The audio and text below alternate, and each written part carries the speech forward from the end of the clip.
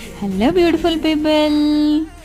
పిల్లలతో ట్రావెలింగ్ అంటే మామూలుగా ఉండదండి. మా పాప అయితే నాకు చుక్కలు చూపించిందండి ట్రైన్లో ఉన్నంతసేపు కూడాను. తనైతే ఫస్ట్లో కొంచెంసేపు బాగానే నిద్రపోయింది. అమ్మయ్య నిద్రపోతుందిలే అనుకున్నాము. ఇంక తర్వాత అయితే ఇంక లేచి బాగా ఏడ్చిందండి. ఏడ్చినాకైతే కొంచెంసేపు అట్లా విండో దగ్గర నిల్చోబెట్టి చూపించాము. చూసినంతసేపు బాగానే చూసింది.